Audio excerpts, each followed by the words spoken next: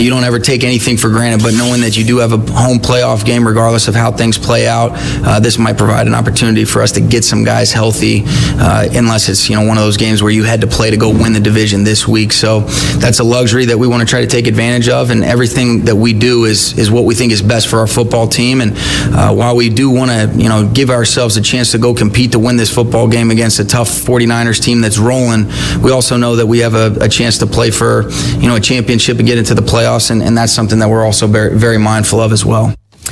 So the Rams are currently the 3. If they stay there, they play the Falcons or the Seahawks in the wild card round. But if they lose tomorrow and the Saints beat the Bucks, then the Rams fall to the 4 seed, which changes everything. So how do you feel about resting the starters there, the big names in LA? Yeah, I think you should rest early. I mean, yeah, he's your horse, okay? He's your MVP candidate. He's the guy with all the touches in the run game and in the pass game. I understand your veteran guys like Andrew Whitworth and things like that. John Sullivan. And John Sullivan, exactly. Some of your older veteran guys. But this is still a young team.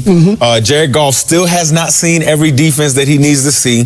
To me, you got to try to win this game. Yes, and Sean McVay said it in that piece, they will be hosting a wild card game on wild card weekend. But without that 3rd seed, you don't have an opportunity to host any more games. With that 3rd seed, you could possibly host the NFC Championship game. Why would you give up that possibility? Why would you give up that opportunity? Are they looking ahead because if they're the 4th seed, then they would go to Philadelphia after the first game? Are they taking a dive? It's like either do you want to face the Eagles or the Vikings?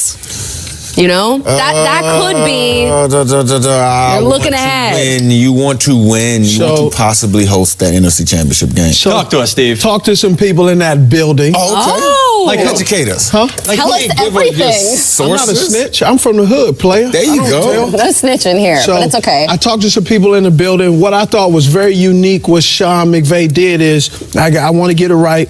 He talked to the training staff, he talked to the strength staff, and then he talked to Wade Phillips, getting some old wisdom. And then he also went by each individual guy and asked them of their opinion, what he thought. He told them what he was thinking about doing. Some guys didn't like it. Some guys wanted to go ahead and push to solidify Ty getting that MVP, but he said, you know what? The risk versus reward. And then we get to steal a week of rest. The risk reward is, he said he doesn't want to speak into existence, but he said they don't want to worry about if they play this game and then a key guy gets hurt and now they don't have that guy. And you can say, how can that happen? What happened to the Pittsburgh Steelers was Le'Veon Bell went down. You have to give your key guys rest. And so the best part about it, he just didn't tell these guys what he's doing. He asked some guys, it's broken. He asked some guys, and then he went by each individual guy. Got their input. And got their input. And also, too, he says he believes in their team, that they practice the right way. Yes, they're young, but the way they handled themselves with the success of the bye week, they believe that they will continue to practice well. And so he doesn't think that this rest is something that will stop them or slow them down. This will actually give them, some key guys that are injured, a day to steal some rest. And they don't care. I don't want to say they don't care. They already know no matter who they play, it's going to be a handful.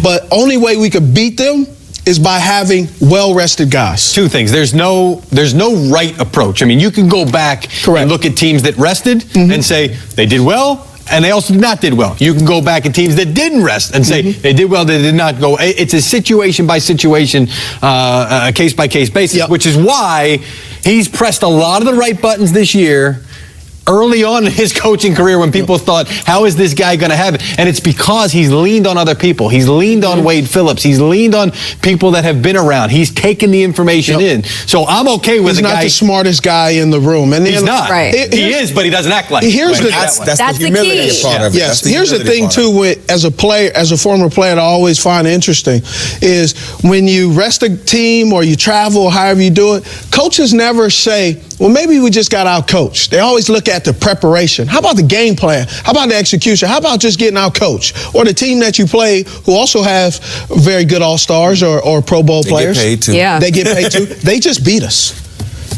That can happen. That's why the playoffs. Could happen. Sean McVay, he's the cool coach right now, like the cool dad, letting everybody rest, take the week off. If they have to go to New Orleans, we'll have it discussed. Right, okay. We'll be talking about this next week. That's a bad match. No, for the NFC Championship. Oh, okay. Like that's Coming up. Wild card and they lose. We have more conversations like this one. So what? If he wasn't the starter when the season started, he's the starter now.